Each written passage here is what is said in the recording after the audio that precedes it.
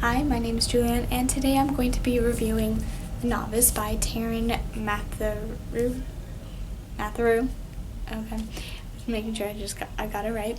So my story with this book is I after finished The Magicians by Lev Grossman, I started Carry On by Rainbow Rowell, but I just wasn't really feeling that book. And while I was reading a few pages of it, I decided to check out my channel and just see how it's doing, and I noticed that I got a comment from someone, and it turned out to be the author of this book. The author of this book commented on one of my videos, so that was really cool. So that was when I made the decision to stop reading Carry On and just go into this book, because I was going to read it after Carry On, but then I'm like, why not just read this book? I'm not really feeling Carry On, so I needed to read this book, and it was really good. It was pretty good, but then it just got really good. How to describe this book? I guess it's fantasy. It's a fantasy novel. Basically, it's how in Aragon, Aragon had Seraphina the dragon. Well, in this book, you have Fletcher, who finds out that he's a summoner, and he summons a demon.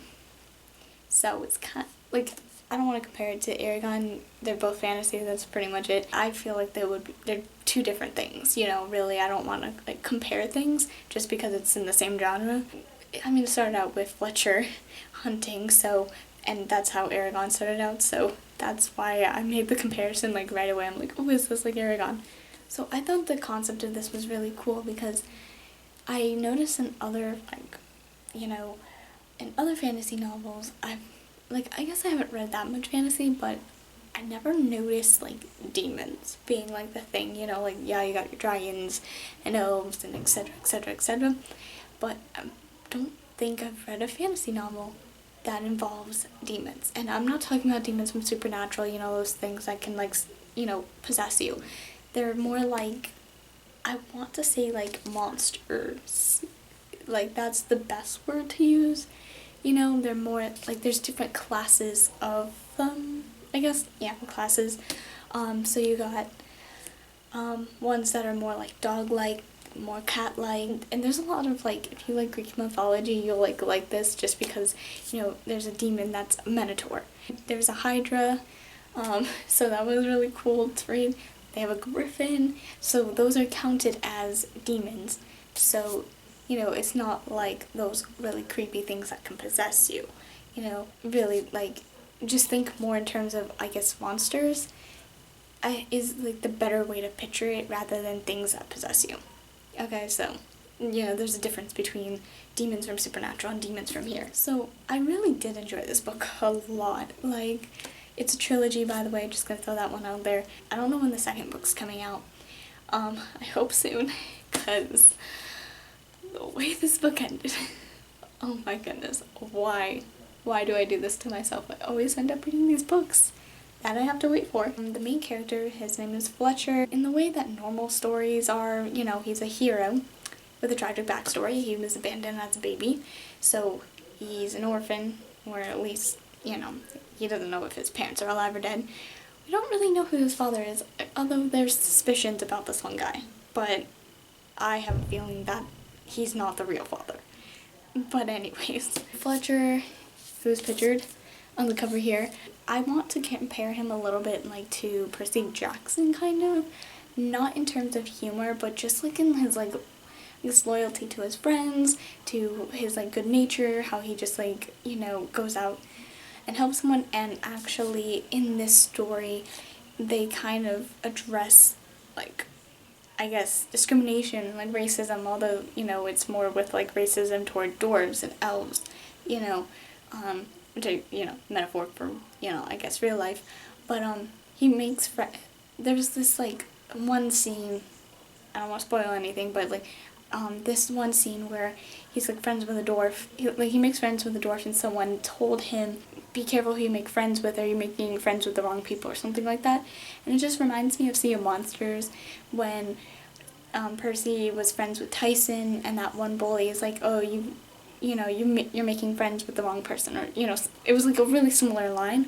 So it just kind of made me think of how Percy, like, he's always more with the underdog kind of characters who always turn out to be awesome.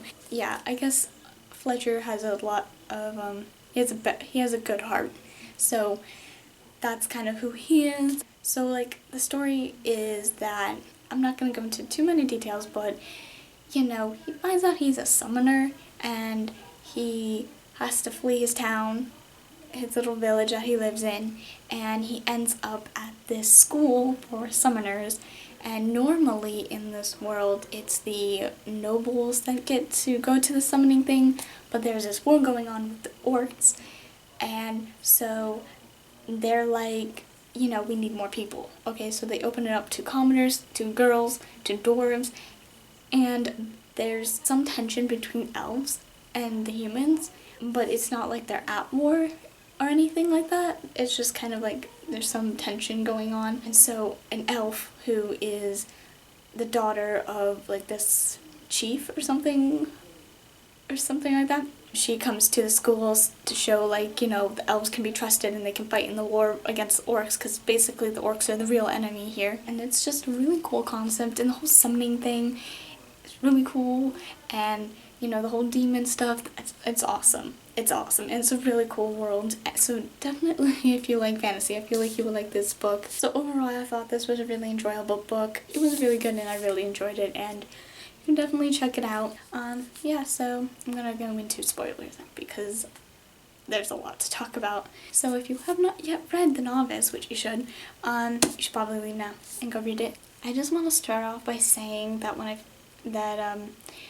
I didn't realize until I actually got the book, but there's that salamander thing on his shoulder, and I saw it, I'm like, oh my gosh, like it's so badass. And then he has like this cutest little thing on his shoulder, and I'm like, oh my gosh, this is adorable. So when he summoned the demon, I just had the picture of the most adorablest little thing, and he's like scared out of his mind, like backing up, oh my gosh, this thing is gonna kill me.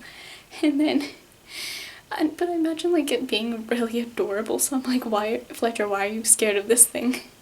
It was really funny in my mind. So yeah, it was kind of a humorous scene. I just want to say that the guy's name that starts with a T, whatever his name is, Tarquin, that's the name. Just yeah, that guy literally, I just imagine him being like Draco and just being like, I'm gonna tell my father about this, and like, I don't know, I just got that Draco vibe from him. I just want to say that Drake, like, what the hell is wrong with him? He's a 15-year-old kid and he's trying to kill Fletcher. Like, yeah, I get the whole, like, scaring thing, like, oh, what did Fletcher even do to him?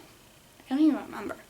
Like, and I swear, because from what I remember, like, of the scene, I read this book, like, a few days ago, but I read a book right after this, so it's kind of, like, trying to, like, put my mind back into the story. I don't even remember what Fletcher did, but Diedrich, being the annoying little prat that he is, for some reason wants to kill Fletcher.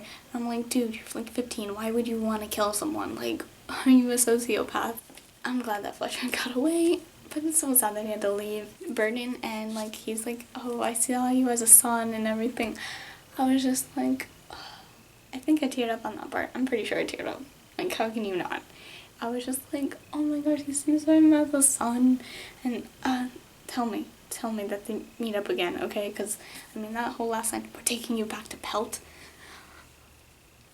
And maybe I should have seen it coming that they would find out. I mean, I saw it coming when the police force people came in. I'm like, yeah, he's going back. But, oh my goodness. At least hopefully he sees Burden and everything's fine with him. I just hope nothing bad happened to Burden, when Fletcher had to leave. I just feel bad, okay, because, like, just leave Fletcher alone, okay? He was abandoned as a baby. He has a hard life. Just, why gotta be so rude to him? Also, he's really awesome. I mean,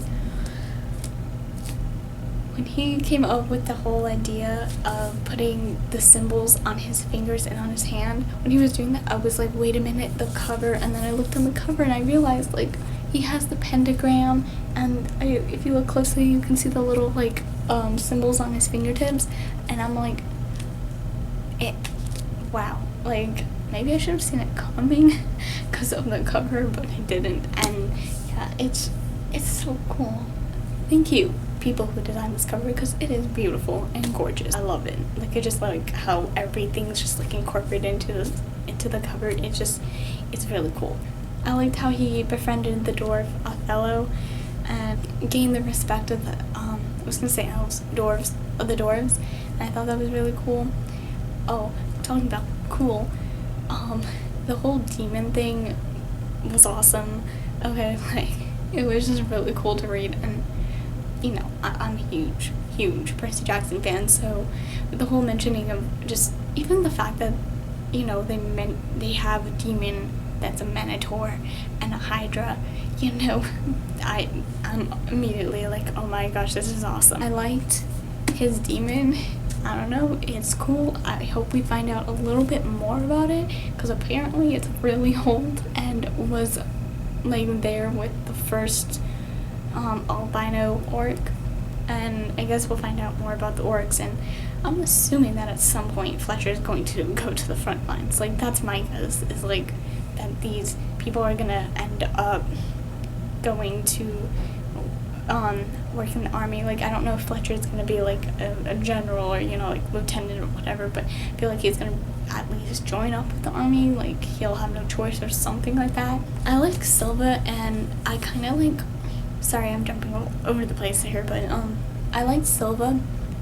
She, you know, like, at first I was like, oh my gosh, this girl is so stuck up, like, what the heck, like, but, you know, you finally get to realize, like, she kind of has to pretend to like these, like, nobles and stuff, because she has to, like, she can't just make friends with the commoners. She has to make friends with the people who are in power and are going to make the decisions not to go to war with the elves. I like that Fletcher, like, admits it, you know, like, he's like, you know what, actually, if I was in her position, I'd probably be doing the same thing, and I shouldn't be mad at her and stuff like that. Like, yeah, he's mad at first, but then he realizes, like, yeah, I probably shouldn't be, and I'm like, so I respect Fletcher so much. Like, I love this guy, like, he's awesome, and I hope to see more with him and his demon and, like, them fighting things. Like, I think that would be really cool to see.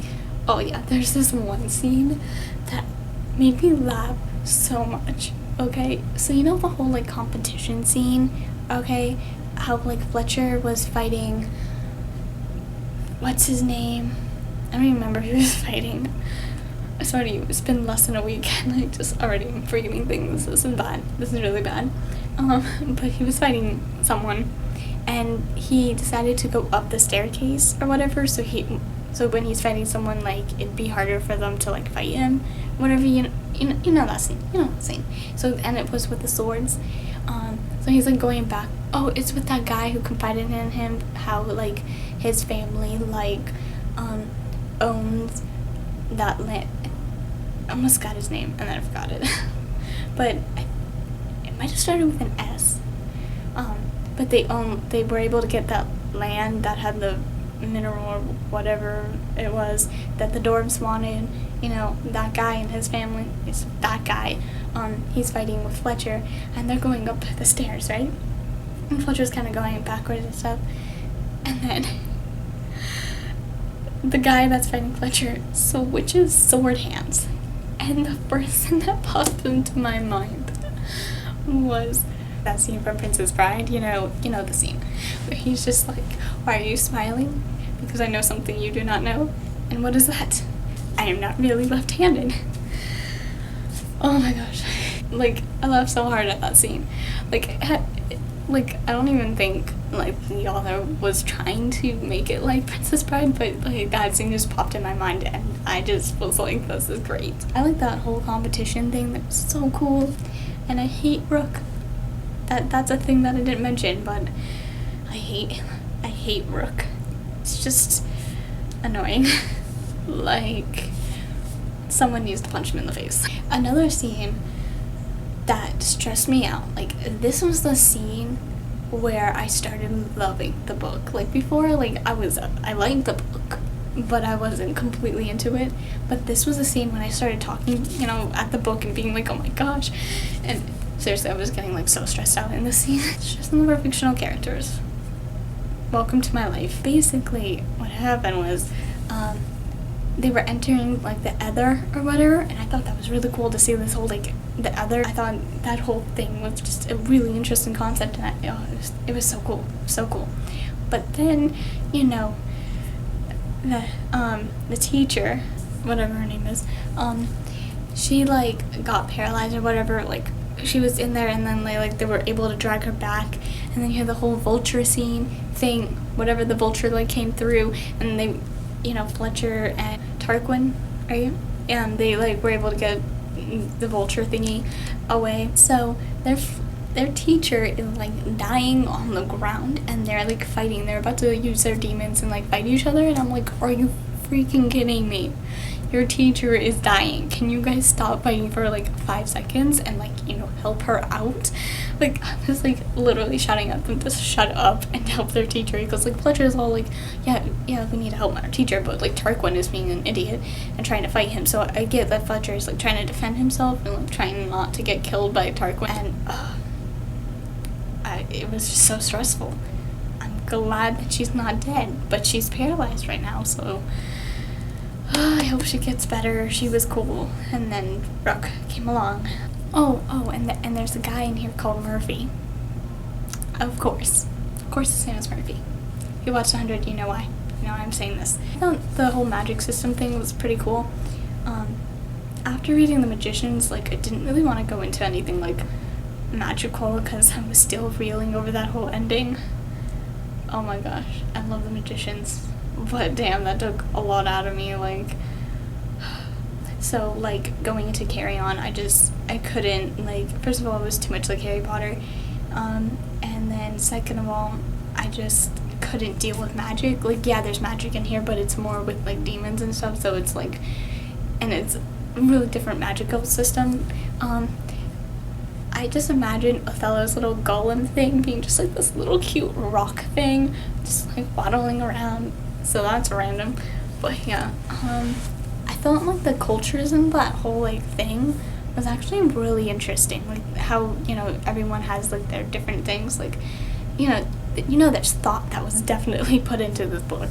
Oh, another thing that I thought was interesting was how there was an industrial revolution going on, because I don't think I've ever seen that in like a high fantasy type of novel, because like, you know, they have swords and stuff like that, but I've never seen a fantasy novel that was actually going through an industrial revolution that had like guns and stuff. Like, that was cool. So there's a lot of cool aspects of this book and that I really, really love. I wonder how this whole orc thing is gonna get solved.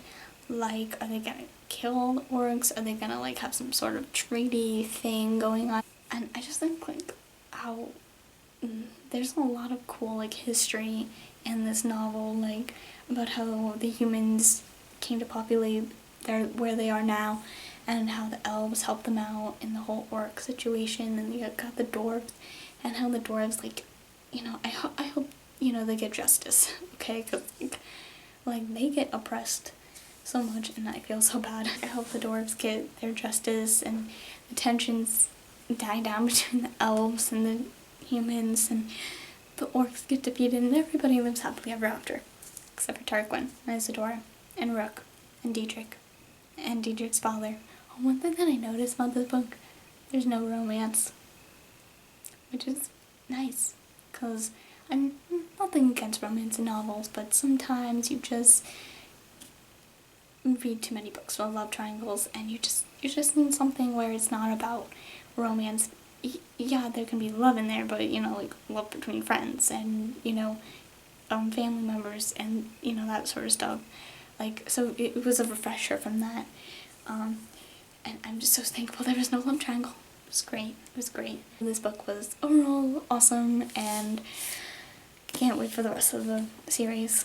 I think that's it, so thank you for watching, and bye.